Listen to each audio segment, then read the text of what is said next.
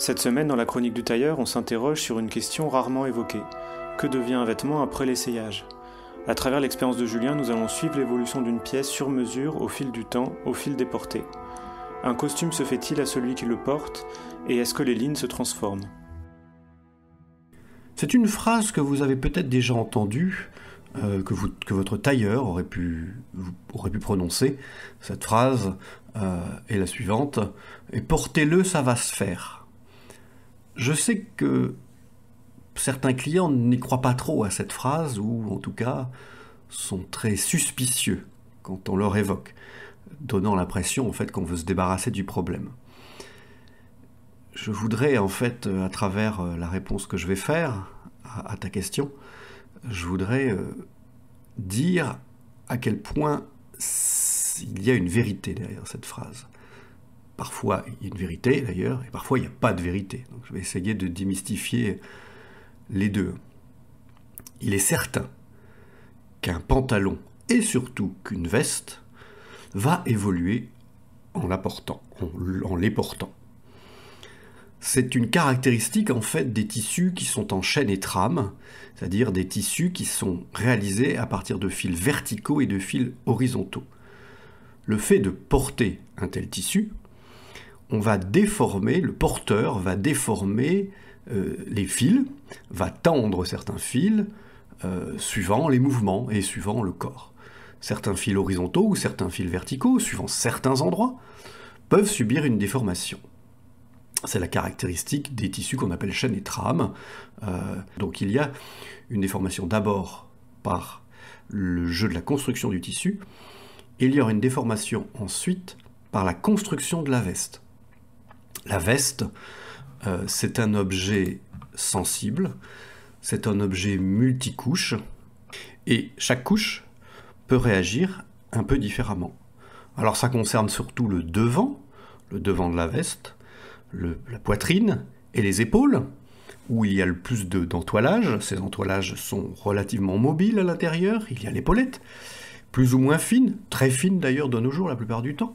Cette épaulette aussi est en fait une sorte de multicouche de ouate. Et puis il y a la manche également, l'intérieur de la manche, le haut de la manche, qui possède un rembourrage qu'on appelle la cigarette, qui permet de donner une tête de manche jolie par rapport à une tête de manche napolitaine froncée, où il n'y a rien. Et donc en fait, tous ces entoilages, même s'ils sont fins, certains clients croient parfois que dans une veste il n'y a rien, même les vestes napolitaines ils croient qu'il n'y a rien, en réalité il y a toujours quelque chose, toujours un entoilage, même s'il est très fin, même s'il est très léger. Et ce multicouche qui est intégré à l'intérieur de la veste, qui est la structure, le châssis que l'on ne voit pas, ce multicouche de la veste, il va évoluer en fonction de la façon dont on porte. Le col d'une veste également est un multicouche. Vous avez le tissu extérieur, vous avez le feutre dessous, et entre les deux, vous avez une couche de toile de lin ou de toile artificielle qui permet de rigidifier le col. Et donc le col aussi, il va évoluer. Toutes ces lignes, donc, vont bouger, vont être mouvantes en fonction du client. Et est-ce qu'il y a des facteurs qui font qu'un vêtement va plus ou moins évoluer ? Il y a deux facteurs qui vont faire évoluer les lignes. D'abord et avant tout les mouvements du client. Quels gestes réguliers, quels gestes répétitifs vont être faits. Et il y a également la chaleur corporelle. Ce sont les deux éléments qui vont avoir tendance à faire évoluer un vêtement. Exactement comme quand un tailleur travaille le vêtement avec son fer à repasser. Avec le fer, il peut bouger, il peut imprimer un mouvement, et avec le fer, il va intégrer un effet de chaleur qui va déformer ou rentrer la matière. Puisque c'est la caractéristique de la laine, on peut la détendre et on peut la rentrer. C'est-à-dire on peut tirer sur la matière pour agrandir ses dimensions, on peut rentrer la matière pour réduire ses dimensions. C'est ce qu'on appelle le tour de main autour d'une veste, ce fameux embut, qui est un terme tailleur, qui signifie en fait rentrer artificiellement de la matière. Donc l'embut, ça concerne plutôt le rentrer de matière artificielle, et détendre la matière. À certains autres endroits, c'est tirer sur la matière. Donc c'est une caractéristique assez essentielle de la laine que l'on ne retrouve pas par exemple dans le coton et le lin. Donc un tailleur pourra moins travailler ces deux matières végétales. Il pourrait y avoir un tour de main moindre dans le coton et dans le lin, et il pourrait y avoir un tour de main supérieur dans de la laine. Et on pourra imprimer à la laine, à une veste en laine et un pantalon en laine, on pourra lui imprimer plus d'effets en fait, pour respecter le corps. Donc en portant, le porteur d'une veste et d'un pantalon va déformer la veste. Cette déformation, elle intervient plutôt rapidement ou au contraire, elle prend du temps à se faire? Évidemment, ça ne va pas se faire au premier coup. Il va falloir le porter quelques semaines, quelques mois, et une déformation va finir par intervenir. Ça concerne plutôt quelle partie du costume? Les épaules vont notamment se mouler différemment. La manche, qui est légèrement coudée, va se couder différemment, justement, puisque chaque client n'a pas le bras totalement vertical, ce n'est pas une barre de fer, le bras, avec le coude, il y a toujours une espèce de légère inflexion au niveau du coude, elle est différente d'un client à l'autre, elle est plus ou moins marquée. Puis il y a la façon dont le bras tombe, il ne tombe pas sur tous les clients de la même manière, parfois un peu plus vers l'avant, parfois un peu plus vers l'arrière. Donc ces différences morphologiques vont imprimer à la veste des petites nuances qui vont se manifester au fil du temps. En fait, c'est exactement comme un stylo plume. Un stylo plume, il doit être spécifique à chaque écrivain, à chaque personne, puisqu'en portant le stylo plume sur la feuille, et en écrivant, suivant la main de la personne, la plume en métal va se déformer un petit peu plus, suivant que la personne est droitière ou gauchère, et suivant la force de la personne sur la feuille. C'est exactement la même chose d'ailleurs aussi pour une paire de souliers en cuir. Vous savez très bien, une paire de souliers en cuir, au début c'est extrêmement raide, et puis en la portant, cette paire de souliers, elle va se déformer, elle va se faire au pied. Et on va acquérir un confort supérieur. Est-ce qu'on peut dire alors qu'une veste va devenir plus confortable avec le temps? Alors il est difficile de dire qu'une veste va être plus confortable. Elle doit être confortable dès le départ, comme d'ailleurs doit l'être, je pense, une paire de souliers en cuir. La veste ne va pas acquérir de confort supplémentaire. Simplement, ces lignes vont être probablement et peut-être un peu plus nettes au fur et à mesure que le vêtement va être porté. En fait, le tissu et les entoilages vont se détendre, ils vont s'étirer sur certains endroits, et la veste va acquérir une forme de netteté. Au niveau du col, par exemple, le col va se mettre à mieux appliquer, parce que à force de mettre des choses dans la veste, à force de porter la veste, le col va se détendre, et il peut venir plaquer plus au niveau de l'encolure. Il peut venir épouser mieux l'encolure. À l'inverse, et justement pour évoquer quelque chose qui n'évoluera pas ou qui évoluera défavorablement, un pli de colle, un petit pli de colle ou un gros pli de colle, lui, n'évoluera pas favorablement. Il ne va pas disparaître. C'est-à-dire qu'il y a des éléments qui ne peuvent pas s'améliorer. Ça, c'est certain. Une épaule peut se déformer. Elle peut, notamment si un client, par exemple, a une épaule droite ou gauche, plus vers l'avant que l'autre, parce que il a fait beaucoup de tennis, parce qu'il a eu la clavicule cassée, etc. Donc il a une clavicule qui est différente de l'autre. Et ça, en portant la veste, elle va finir par venir épouser mieux une épaule que l'autre. Donc là, il va y avoir une déformation positive au bout de quelques mois. En revanche, un pli nuque, lui, il ne va pas disparaître. Une tenue voûtée, par exemple, quand quelqu'un se voûte ou est voûté, la veste peut pas corriger ça. La veste va pas être meilleure pour le coup. La veste, au contraire, va se mettre de plus en plus à tomber vers l'avant et se raccourcir sur l'arrière. La tenue voûtée de la personne va exagérer c'est la déformation négative de la veste. Donc il y a des éléments qui vont être positifs et des éléments qui vont être négatifs. Mais globalement, lorsque l'on récupère un costume, que ce soit de prêt-à-porter ou de demi-mesure, de mesure, la veste, elle a certaines lignes quand on la livre. Si cette même veste, ou ce même pantalon d'ailleurs, et regardez avec un œil neuf au bout de 3 mois, au bout de 6 mois, au bout de 1 an, les lignes de la veste ne seront pas les mêmes. Parce que le vêtement aura évolué, le vêtement aura bougé, et les lignes auront changé. Le costume évolue quand on le porte. Moi, je suis convaincu de ça. Il devient plus beau. Et comme je viens de le dire, il se fait un petit peu comme un stylo plume. Par exemple, j'avais lu il y a quelques années dans un livre sur le tailleur, qu'un tailleur anglais assez connu, je ne me souviens plus duquel, peut-être Huntsman ou un de ces grands tailleurs-là, avait pour habitude de ne pas faire d'essayage de livraison. C'est-à-dire que le client expliquait dans ce livre ou dans cette publication, je ne sais plus laquelle, expliquait qu'il s'était présenté pour la commande, il s'était présenté pour l'essayage intermédiaire, et on lui avait livré quelques semaines plus tard un costume totalement fini, et on lui avait demandé de partir avec le costume, et un rendez-vous avait été pris 1 mois plus tard pour voir comment le costume avait évolué. C'est-à-dire que les tailleurs avaient considéré que le premier essayage suffisait pour voir tout, ils livraient le costume, et ensuite, le client partait porter le costume, vivre dedans, le mettre en place, en fait, les épaules déformées, les hanches déformées, la façon de boutonner, déformer la veste, etc.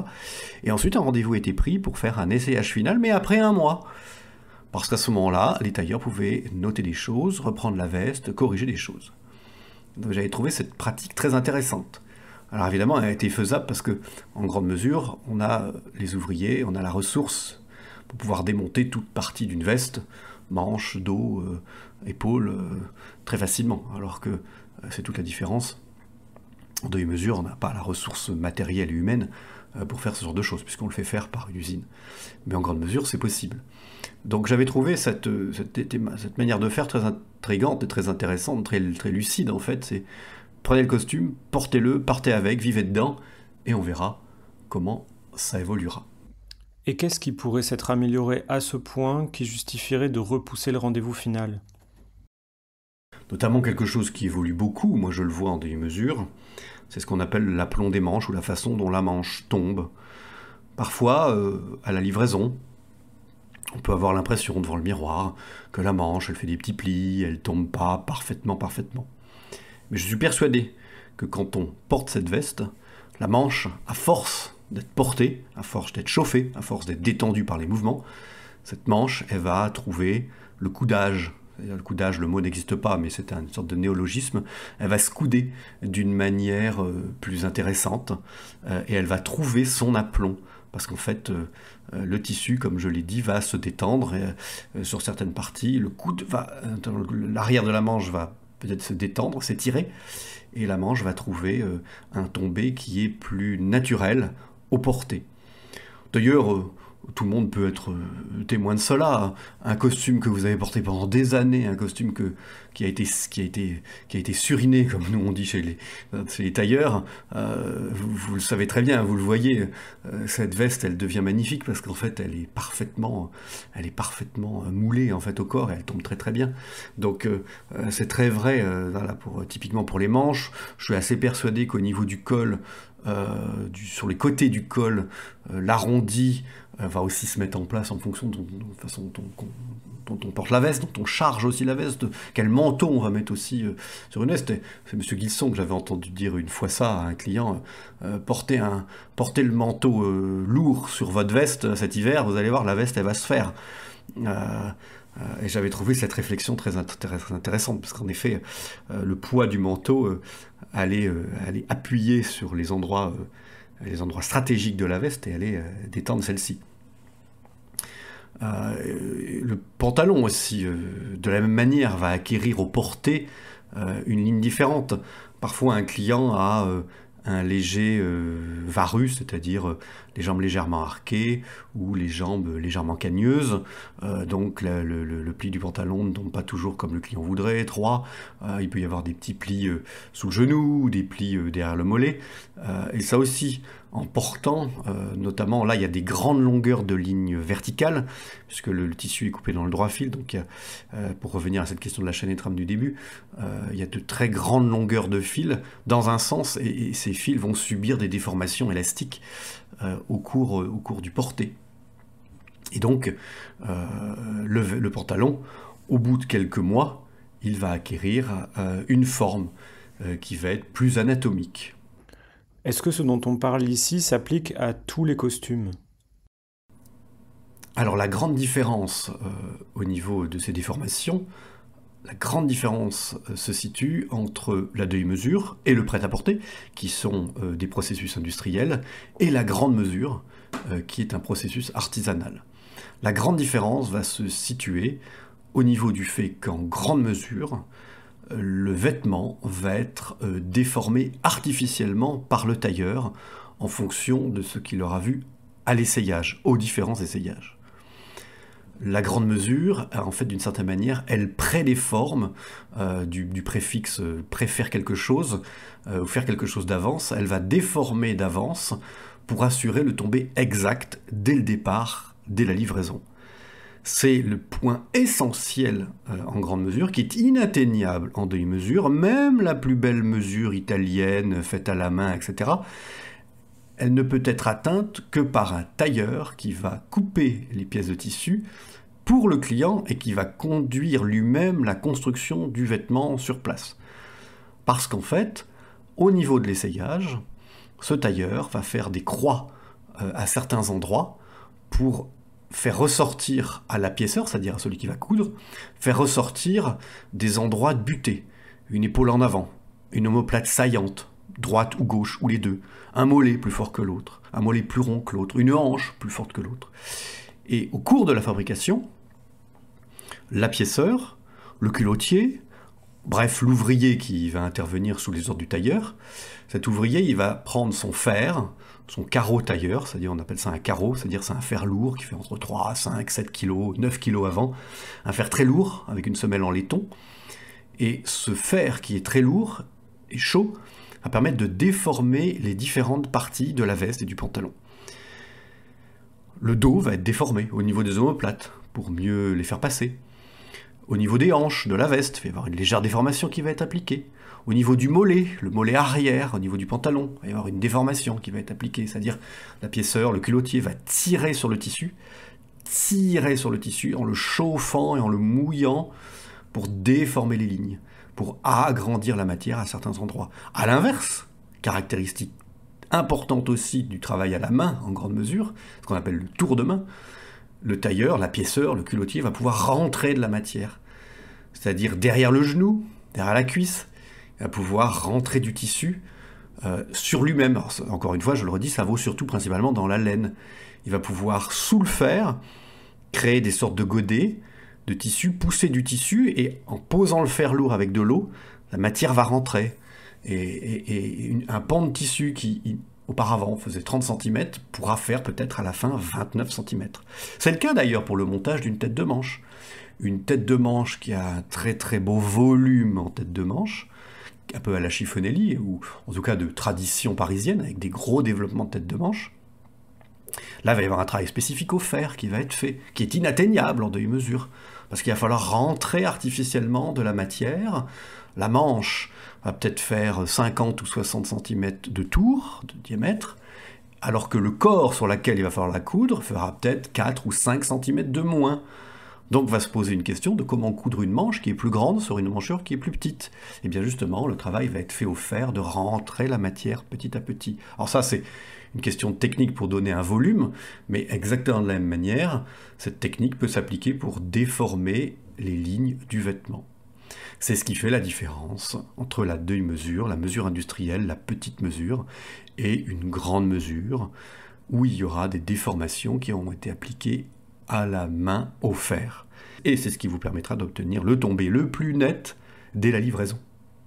D'une certaine manière, ce que j'avais écrit une fois, c'est payer 500 € le pli. Sur une veste de demi-mesure, même si elle est très bien cousue, restera toujours un ou deux petits défauts qui, je pense, pourront se faire au fil du temps. En grande mesure, la différence étant de 2 à 3 000 €, j'imagine, entre même plus que ça, parce que d'ailleurs les tailleurs parisiens sont beaucoup plus chers que ça, les tailleurs londoniens aussi. Il faut plutôt compter 7 à 9 000 livres.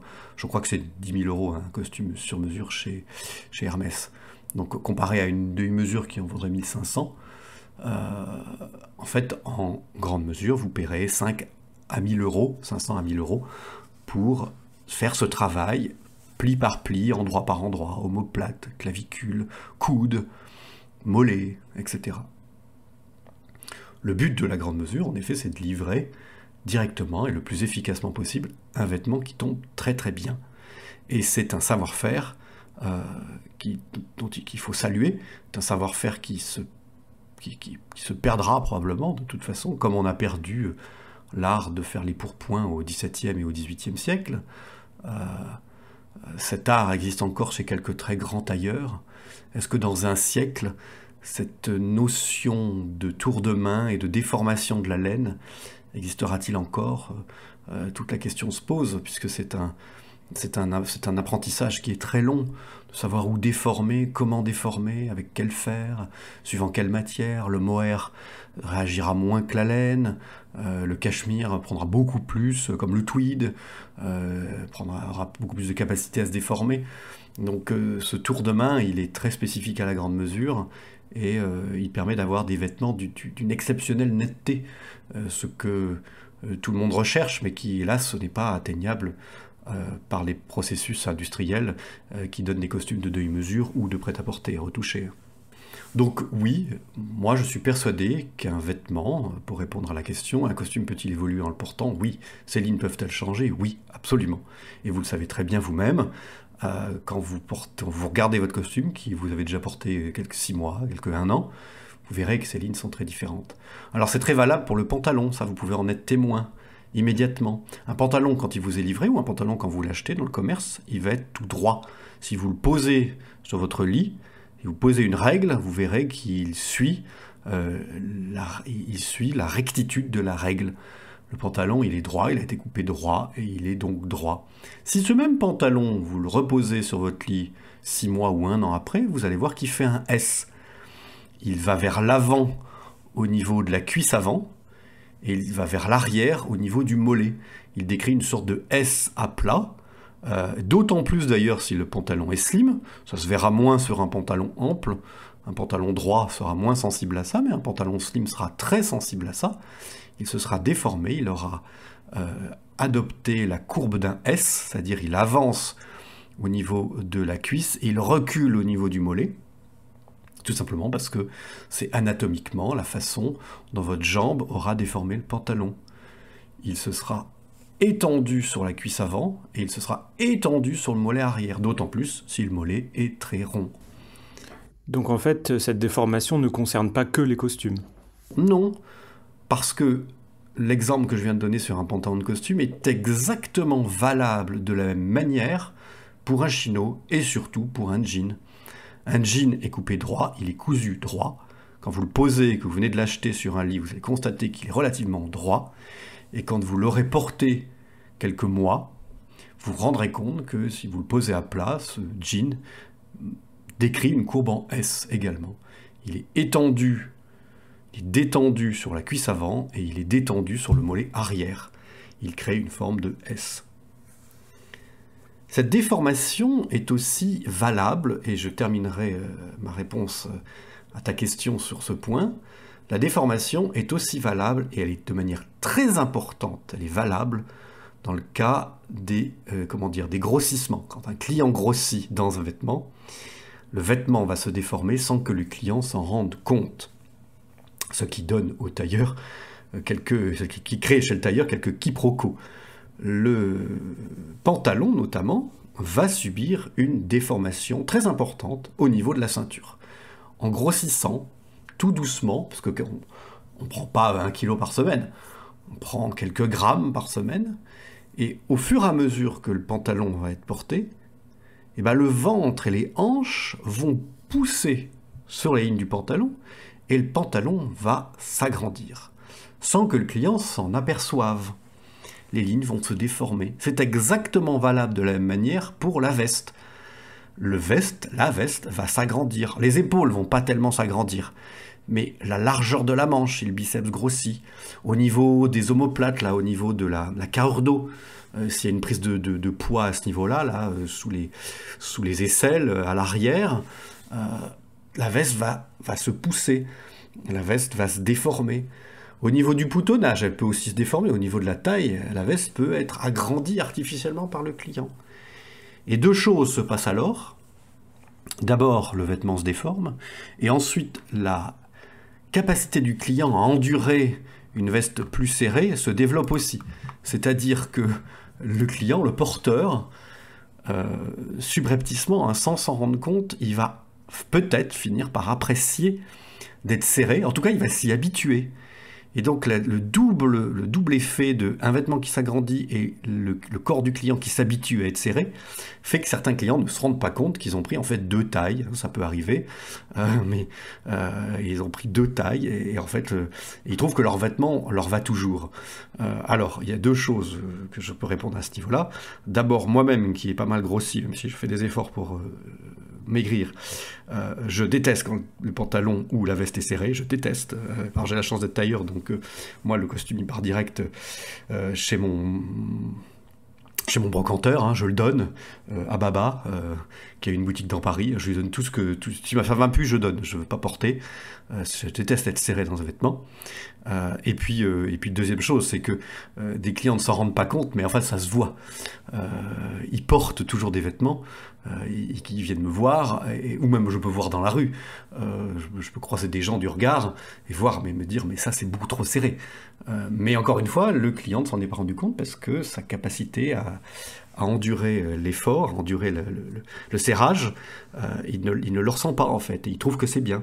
Alors la question se pose de manière cruciale quand un client veut nous recommander un pantalon à distance, ou qu'il veut recommander un pantalon sans faire de prise de mesure.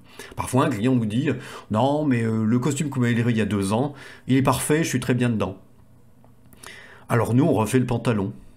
On lui refait, il avait commandé, à l'époque c'était un 42, on refait un 42 strictement identique au premier pantalon, même tissu, même mesure.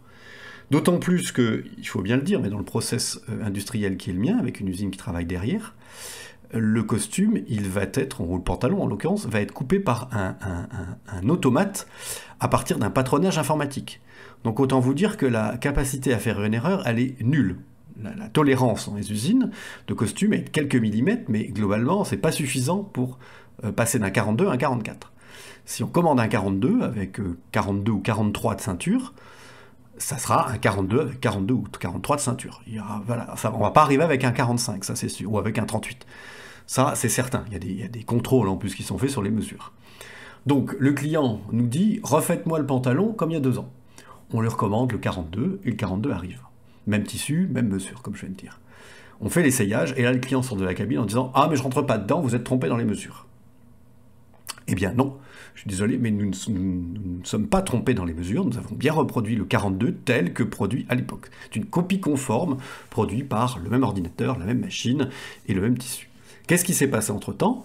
Eh bien, c'est que le pantalon 42 d'origine, en fait, est devenu un 43,5, parce que le client a poussé à l'intérieur et a déformé les lignes du pantalon. Et le nouveau pantalon, donc, eh ben, il ne rentre pas dedans, tout simplement parce que eh ben, il est trop petit. Et en fait, il aurait fallu faire un 43,5, voire un 44. Donc, c'est très important. Vous pouvez vous en rendre compte que la déformation, elle est très importante. J'ai même un client, très sympathique, qui me fait faire beaucoup de vêtements, et qui, lui, est capable de prendre une taille, voire une taille et demie, entre 2 essayages. Entre l'essayage intermédiaire et l'essayage de livraison, il s'écoule quoi, 2 semaines, 3 semaines, parfois 1 mois parce qu'il ne vient pas tout le temps à la minute.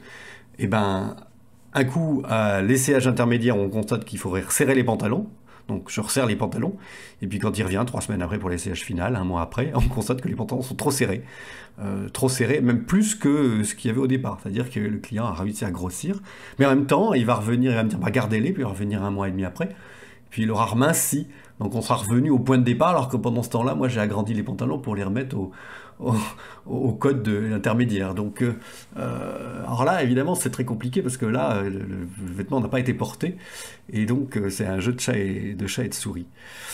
Donc voilà, en effet, quand un tailleur ou un vendeur de prêt-à-porter vous dit portez-le, ça va évoluer, vous pouvez en partie faire confiance à ce jugement.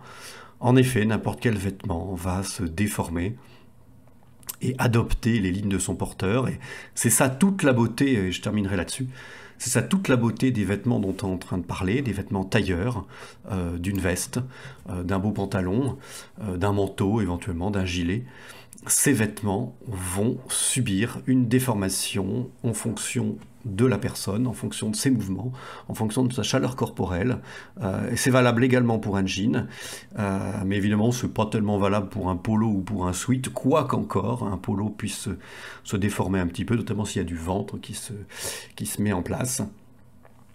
Et donc voilà, c'est tout le charme d'un beau vêtement, et c'est pour ça d'ailleurs souvent que les hommes ne veulent pas jeter, aux grandes dames de leurs femmes, ne veulent pas jeter un vêtement chéri, un vêtement ancien, parce qu'en fait tout simplement il a pris des lignes confortables, et donc en tout cas pour revenir à cette question des lignes, le vêtement a acquis la ligne de son porteur, il est devenu en fait le sillage, l'empreinte de son porteur, c'est une deuxième peau, vraiment, hein, au sens le plus physique du terme, et cela donne un charme particulier aux vêtements en question. Et c'est donc particulièrement vrai, moi je pense, pour une veste au niveau de ses manches, au niveau de son col, au niveau du tombé du dos. Voilà, le tissu s'est détendu et a acquis les lignes d'une seconde peau. Merci Julien. On se retrouve la semaine prochaine pour une nouvelle chronique du tailleur. En attendant, n'hésitez pas à vous abonner et à laisser un avis sur les plateformes de podcast.